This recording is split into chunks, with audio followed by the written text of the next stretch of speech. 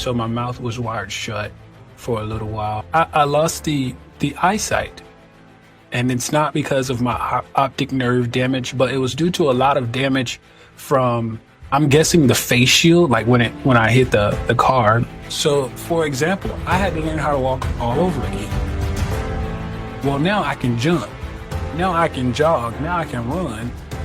So yeah, Amy Motivation, I started that because not only was I motivating myself, but it seemed like everybody I was coming in contact with or encountering was being motivated just by seeing me.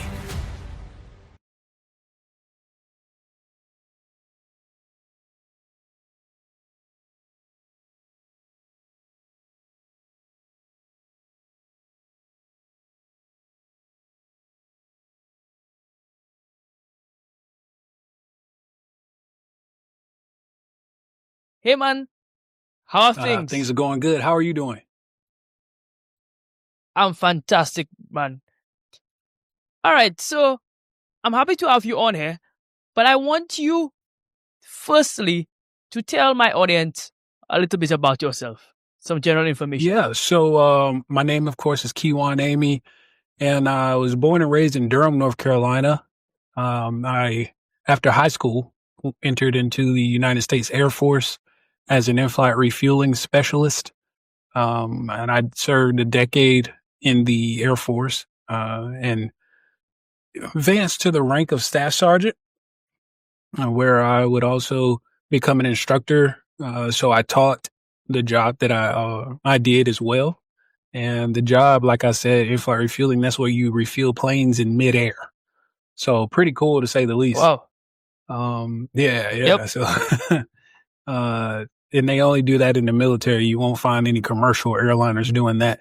So, other than that, I also had a business before my motorcycle accident, but I had a business called Kiwi Enterprise. And at Kiwi Enterprise, I would do website design and management, social media marketing, as well as photography. And it sounds like I'm getting some rain here. So if that's y'all hear some noise, that's what that is in the background. But yeah, so that's what I did there with Kiwi Photography. Kiwi Enterprise. And then I also would go to school full time to get a degree in computer information systems with a specialization in systems analysis and integration. And then, what else? I also, I'm missing something, I feel like, and I cannot think of it right now. But yeah, so far that's what we got. And like I said, I had a motorcycle accident on May 5th, 2017. And that's how I got to this point here, with Amy Motivation and, motivational speaking, trusted mentoring, as well as resilience coaching. Got you. Now, I want to take a step back before we get to the motorcycle accident and a little bit more. You said that you enlisted in the US military. Why did you do that? What was the story behind that? Yeah, so initially out of high school, my plan was to go to college. So I already mentioned, Right. it's something about going to school, and computers is one of my loves. I really love computers. I always have, even just like gaming consoles. I love electronics. Mm-hmm. And when I was getting ready to graduate high school, I wanted to go to school for either computer engineering or software engineering. And like I said, I live in North Carolina. So the two best schools for that were North Carolina State University and also North Carolina Agriculture and Technical State University, or what we call North Carolina A&T. So those are the two best schools here in the state that I was looking at. Well, for me, I had an admission hiccup. Apparently they had no clue about me. And I'm sitting there reading the letter that they sent me in the mail. Funny, right? So you say you don't know me, but I'm reading the letter that you sent me. So is somebody posing as you? You know what I mean? I'm like, I didn't mail this letter to myself. Got you. So I was on the phone with the lady and she had like literally no data on me whatsoever. And so I just told her, I said, it's okay. Don't worry about it. And literally the next day or two after that phone call, I went to the recruiter's office. Now, initially, I went to the Navy recruiter's office because I have a lot of Navy family. I mean, geez, Mm-hmm. it's crazy. The number we have it's not like in the teens or anything, but shoot, it's not that low either. We got more than a All right. handful, you know. Got you. So, then we had one that was Marine, one Army, and one Coast Guard. So I was the first to go Air Force because the Navy recruiter that I was talking to, all he wanted to talk about was jobs. Well, I knew you needed a job in order to get into the military. What was I Right. talking about? I needed to ask him. I kept asking him about how do I get my schooling paid for? Because, they have the GI Correct. Bill. And so that's how you get your schooling paid for. But I didn't understand it. I didn't understand how it worked. Okay. Well, okay, I see you guys have this, but I know I'm not going to be going to school full time and, being in the military. I know that's not how it works. So can you explain this to me? For sure. And so he kept pointing to this pamphlet, and he was like, yeah, you just, do this. And I said, I'm sitting there thinking, man, I read all this online. Like, I'm coming to you to get an explanation. Correct. And so that was part of the reason I left the Navy recruiter's office. That was my main concern. So if you're not answering my question, I don't want to be a part of it. You know what I mean? Got And so I go literally the same day. I did not leave that building. I just left that office and went right across the hall to the Air Force recruiter's office and walked in. And on the wall, there was a pennant that read Community College of the Air Force. And so I was like, oh, wow. I think this is the right place, and I kept walking in because you had to go a little bit around of like a small wall there. So you had to go a little bit further in and to the right. There was nobody in this office as far as like me, like recruits. There was just the two recruiters literally standing there facing each other, talking to each other at their respective offices. And they're Right. looking at me and I'm looking at them. And they're like, can we help you? I was like, I think I want to join the Air Force. And then one guy was like, oh, yeah, come on in. I can help you with that. And so, man, that's literally how it happened, dude. Yeah. Beautiful. So it was almost meant to be. No, seriously. Right? But then you mentioned something changed. Something happened to you in 2017, a motorcycle accident. How did that change your life and therefore transform your personal and professional aspirations? Yeah. So first and foremost, I know everybody likes these cool shades I'm wearing, if you can see them. But I wear them as a symbol in a sense. Most blind or visually impaired people wear sunglasses. It's not, Right. for me, it's a little bit more than just the symbol of, or the symbolism of blindness, but it's also to some degree helping my eyes because my eyes are light sensitive. So I wear dark lenses as well. Like as you can see, my lens is pretty dark. And so the thing is, I lost the eyesight, and it's not because of my optic nerve damage, but it was due to a lot of damage from, I'm guessing, the face shield. Like when I hit the car, because a car pulled out in front of me. So when I hit the car, I'm pretty sure the face shield, basically it exploded basically. Yeah. Because I was doing 55 miles an hour, and yeah, that would do that to pretty you. much. And my left eye has damaged blood vessels. So I don't see anything out of it. It's completely dark. The right eye, I can see a little bit of light perception, but it has to be really bright. So like sunlight and, that really bright light that they shine in your eye at the eye doctor is so annoying, first and foremost. I cannot stand those. That makes me cry more than anything. So I Wow. And I say cry because with my eye being so sensitive, the light is what's sensitive. And when it's really bright, it makes it water. Yeah. Got you. So Yeah. that's one of the things is I lost my eyesight. Another thing, of course, I had a severe traumatic brain injury, where they literally had to cut me from ear to ear across the top of my head, Mm. to relieve the swelling on my brain because there was so much swelling. And then, I do suffer from PTSD, so post traumatic stress disorder. And what else? Right. I broke my jaw, and that's why I do my best to enunciate because, well, first off, they trained me. They kind of taught me how to speak again because I was, Right. I guess you could say slurring, but my mouth just was not opening. It was kind of like at a Got fixed you. state like this, like I just kind of talk with my tongue, Mm-hmm. and that sucks.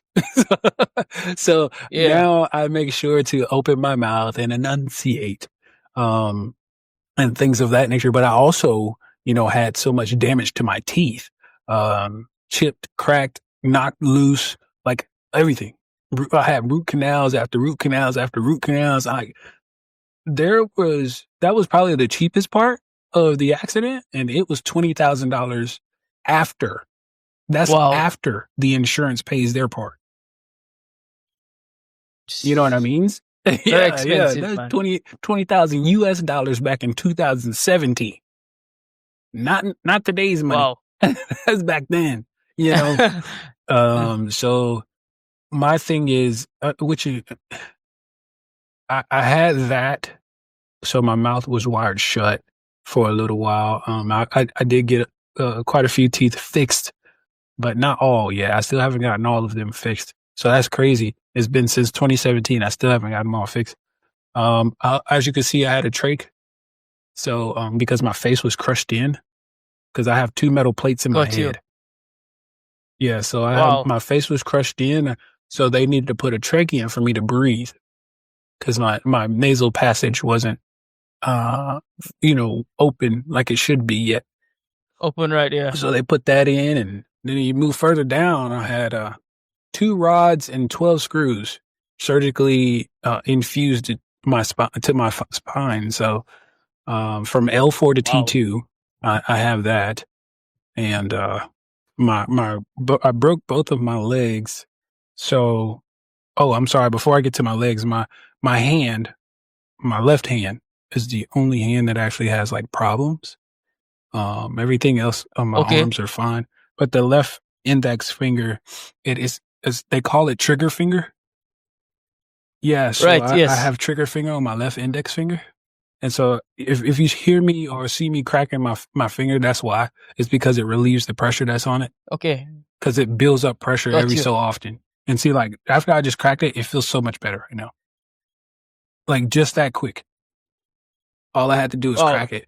And so, Mm-hmm. now back to my legs. My right leg, I broke my femur, which is the largest bone in your body, which is right there at your quad Right. level, your thigh level for those who don't understand that. So that's metal. Uh, then my shin bone on the left leg, so your tibia, from knee all the way to ankle is a metal rod. And then I Wow. believe I fractured my right fibia, which is the backside of the shin bone, because it's like two bones over here. So it's the backside of it, and I fractured that, which that really jacked my right leg up, at the bottom portion. And I also have a screw in my right foot.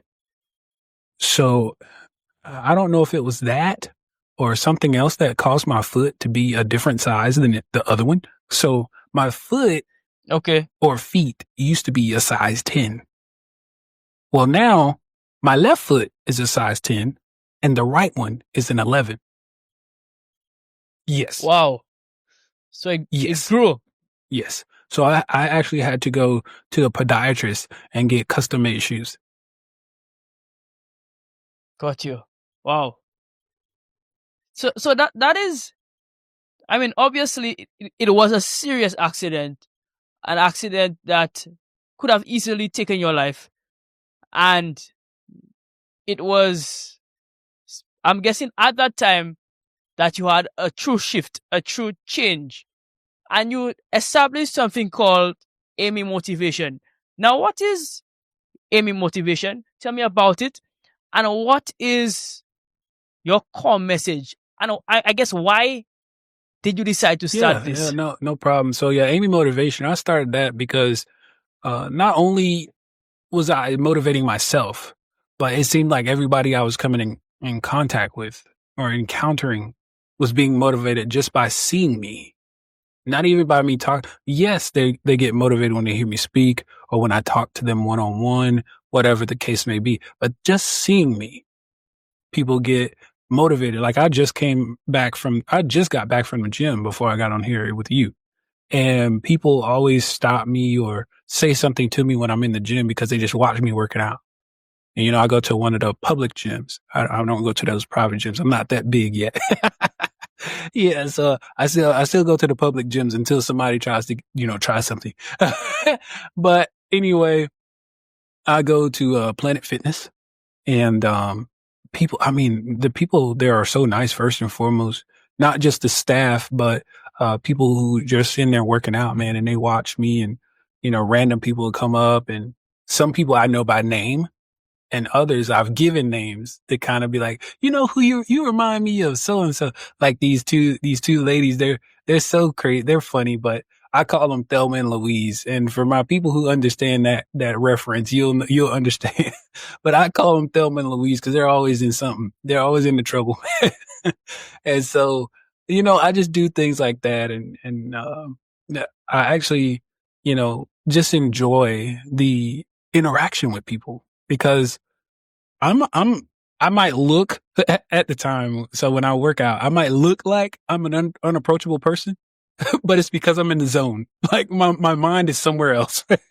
It's not physically at the gym. It's like, we have to get this weight and we got to lift it now, so, and so people do Yeah. come up to me. Like there's this one lady, she comes up to me all the time. So my nickname is Kiwi. She says, Kiwi, look at you just sitting around not working out. And I'm like, oh, I'm taking a break, like stuff like that. And so it's just little things like that. I love it. I really do. I love the interactions. So Got you. Got you. So I'm seeing that you still transformed your life. You still wanted to live life. I think, well, part of your motivational journey was writing a book. Tell me a little bit about that. yeah. So actually trying to remember if it was my friend. I believe my friend Sam was kind of the person who advocated for me to write a book. He just kept saying it, man. You gotta write a book or something. And then I heard it from somebody else. And then I heard it from somebody else. And I'm like, oh God, I guess I gotta write this book. And so Right. this was back in like if I had to like he started mentioning it in maybe 2017 or early 2018, somewhere along those lines. And I didn't start writing the book until the pandemic. So 2020, October of 2020, I started writing the book. And I always tell this the same way. I have two start dates for when I started writing this book: the day of my accident and October of 2020. And the reason I say that is because in my mind, I had been writing that book since the day of the accident. You know what I mean? But I didn't physically start typing it until October of 2020. And so, that's when I started typing and I published in June of 2021. And so, that was how that went. But yeah, he was kind of the catalyst for that, just wanting to keep advocating and pushing me to, man, you got to write that. You got to write a book about this, man, because you're just so empowering and inspiring. I mean, everything you say, like, it's just so motivating.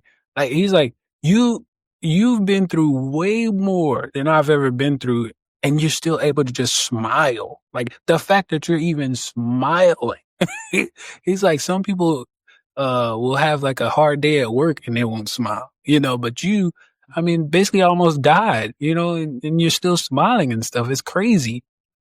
So For sure. But then My question then to you is, how do you maintain that smile? How do you still stay motivated despite all what you've been through? I'm sure your accident curtailed many dreams that you would have had. So how did you stay motivated? And what would have advice would you have for our listeners? Yeah, well, one of them is kind of like you just saw me smile as soon as you asked me that question. So I love for people to be like, well, how in the world? You know what I mean? Because I'm the same way. Right. How in the world? And I understand, I'm a faith believer, so my faith is strong, and I understand that without God, I would not be here, you know, because he absolutely brought me through this. Yes, there were doctors that worked on me. Yes, they cut me. Yes, they did surgeries. Yes, they put me back together. But without him, he wouldn't have put life back into me. Because you can do all the surgeries you want, but unless God is going to be leading you for the rest of that time, it doesn't matter. And so that's part one of it. But see, the other part of why I still have this smile is because I'm still literally like, I'm trying to redefine me. And it's not to say that I don't like what I used to be. It's to say that I'm different. So I need to figure out what I can do, and my best thing is I don't focus on what I can't do. I focus on what I can. Right. You know what I mean? So that's what I do, man. And when I find, like, for example, last year in January, I went skiing, man. I went downhill skiing. Yeah, exactly. Wow. Right. I went rock climbing and skiing in Vermont. And dude, at first I had no intentions of wanting to go anywhere cold. No, skiing? Are you crazy? You know what I mean? I can't see a thing. What are you talking about? You guys aren't listening to me. I can't see. And they were like, but we have instructors for that. And I said, okay, I'm going to give it a shot. But if I get hurt, I'm coming for you. And that's what I always, just kind of put in my mind. I feel like, when I first became blind, what God told me was, you're not the only one. You know what I mean? And so that, of course, took all of that pressure off of me, first and foremost, to be like, oh, well, I got to figure out how to do this all by myself. No. There are resources for you. You don't have to do this by yourself.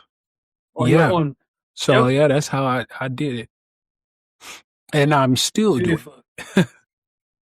For sure. All right, bro.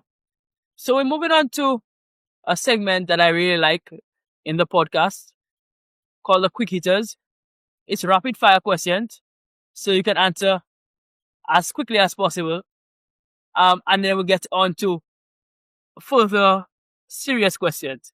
So first one is, give me 3 quick mental health tips. Very quickly. Mental health tips. First off, breathe. Breathing is a huge one. I use that one. Secondly, implement patience. And lastly, I'll say, understand what you can control. Because we get so focused on what we can't. That's why our mental is just like, raging. No. What can I control right now? Because if I don't, then I'll go off the deep end. So that's good. Absolutely. Right, yeah. I love that. Quick and simple. All right. Next quick hitter question. What music do you like listening to? Now, I know that's a hard question for you because you're a musician, but tell me. Yeah. So music, like I said, faith believer, grew up in the church literally since I could stand up. And so I play, for my church. I play drums for my church. So gospel, quartet, I do listen to R&B, some neo soul and things of that nature, a little bit of Afrobeat, every now and then, and, reggaeton. Yeah, man. So, I'm kind of well versed. I listen to some smooth jazz if I'm just trying to relax. just different things that it's based off of my vibe, what I'm feeling right now. Got you. Final quick hitter question, and this is a game changer staple. Who would you like for me to have on this podcast? Oh man. Geez. Will Smith. Hey man, if you can get me Will Smith, listen, I will love if I can get you Will Smith, we coming on here together. For sure. Yes, sir. He's one of my faves, man. All right, beautiful. All right, man. So you spoke about you being a believer. How does your faith and your church community in particular help you, or helped you in your recovery and still help you to? Well, first, like you said, help me in the recovery, man. They were there. They were coming to see me in the hospital. I was in the hospital for 2 months. They came by. I don't think there was a day. Well, that I remember, because I was in a medically induced coma for a month. So the first month, I don't remember anything. But after I was awake, there wasn't a day that somebody wasn't in my room.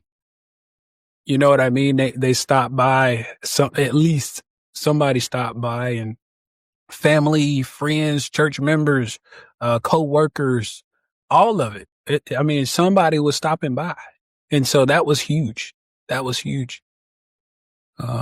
my uncle, who is a senior pastor, his church and 2 other churches that he fellowships with had a 24-hour prayer wall. So every hour, somebody started praying for me. Pray for you. So, yeah. What does that mean to you? A lot. I think that everything that happened in that time frame happened for a reason, because without it, I don't think I would be here. Absolutely. And it's hard to argue with that, honestly. All right. So I know you engage in motivational speaking, and there are some common themes that people struggle with. What are some of those common themes, and what are some general rules to address some of them? Oh, okay. First off, you have to listen, because if I'm speaking or coaching, mentoring, whatever it is, I can't just start throwing all my knowledge at you, because what's the point? It's like It's like you throwing a spaghetti noodle at the wall, hoping it's going to stick. I don't want that. Right. I want to cook the exact meal that you're looking for. So I'm going to listen for what you need. If you have been in a motorcycle accident, well, let me talk about motorcycle accidents or motor vehicle accidents. I don't need to go talking about, you had some kind of death in your family. No, that doesn't make any sense. It's not connecting. If I have no connection with you, I'm losing you now.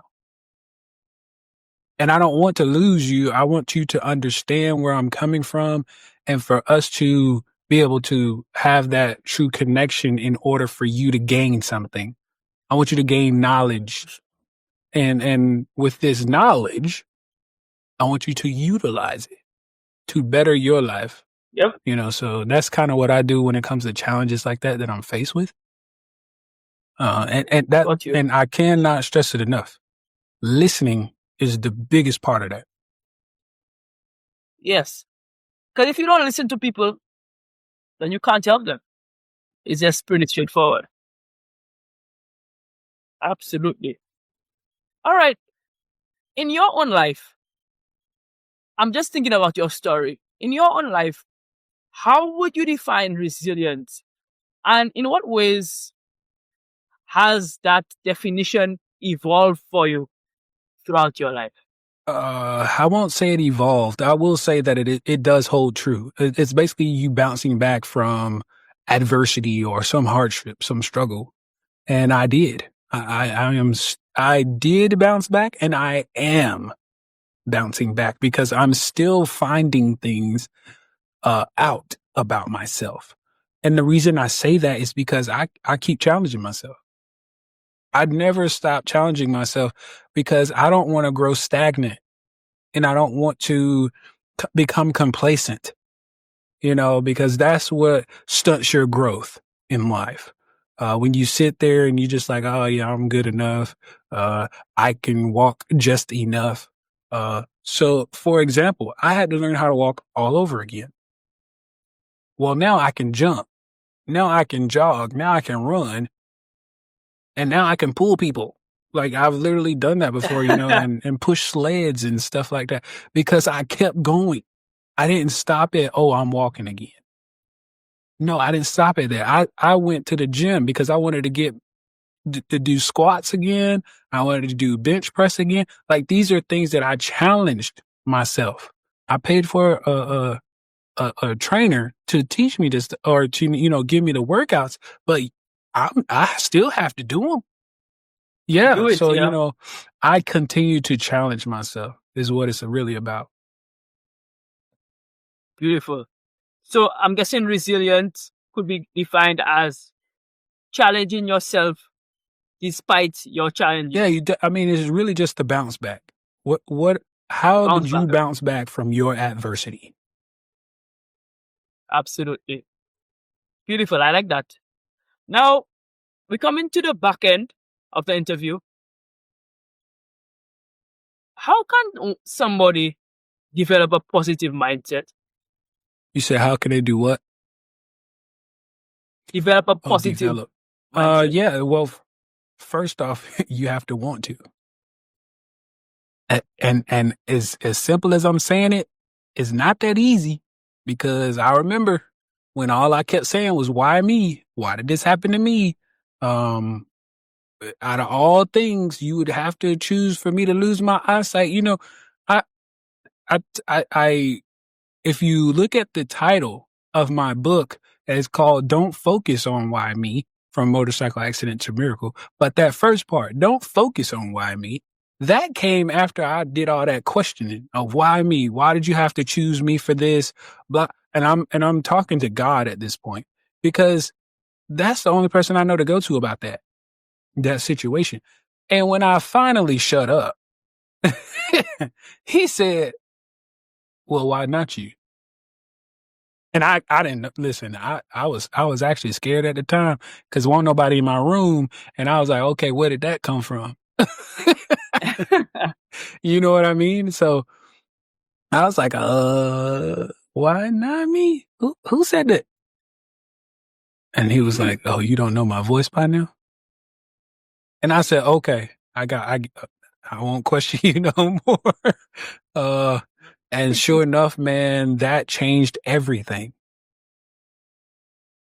He said, if you continue to focus on the why me aspect, how do you grow? Everything about what I've done or am doing is about growth. If you're not growing, what are you doing? You know what I mean? Right. So with that, man, that's what kept once my negative mindset went away, that's what got my positive mindset activated is I need to grow. I don't like laying in this hospital bed. I can't stand it. I had a neck collar too, cause I had really bad whiplash. So they had a neck collar on me. So I'm like, I can't stand this neck collar. I need to get stronger. I need to get my legs stronger. I need to work out. I need to get my arms stronger.